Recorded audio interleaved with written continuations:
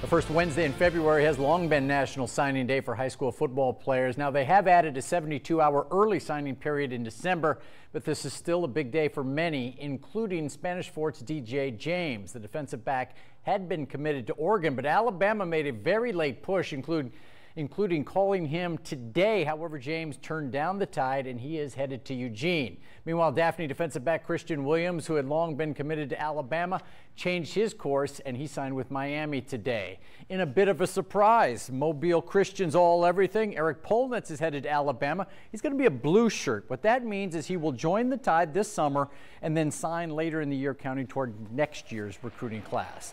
And over at McGill-Tulane, defensive lineman Ladarius Cox, who had been committed to Tennessee, also changed his mind. He signs with Ole Miss. A lot of schools wanted Cox to play offensive line, but he is set on playing defense. Cox not the only player out of Mobile headed to Oxford. St. Paul's A.J. Finley signed with the Rebels back in December, but enjoyed today's signing ceremony on the Saints campus.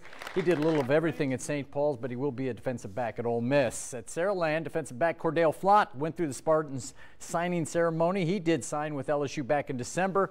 He had originally committed to Auburn, but switched that commitment to the Bayou Bengals in June. Also at Saraland, wide receiver Jay Williams signed with Southern Miss. He had been committed to the Golden Eagles for some time. And a big day at Chickasaw High School. A.J. Phillips signed on the dotted line to play for South Alabama.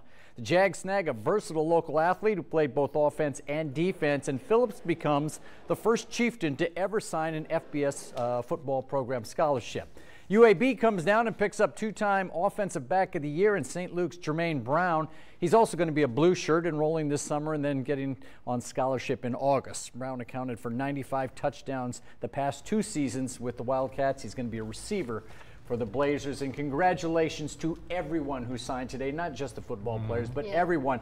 And if you did not sign a scholarship, keep this in mind. Julian Edelman, the Super Bowl MVP, did not get an offer coming out of high school. Things worked out well for him. Not too bad, yeah. And Alabama, I guess, the number one recruiting class, Auburn about number 12, so they both did well.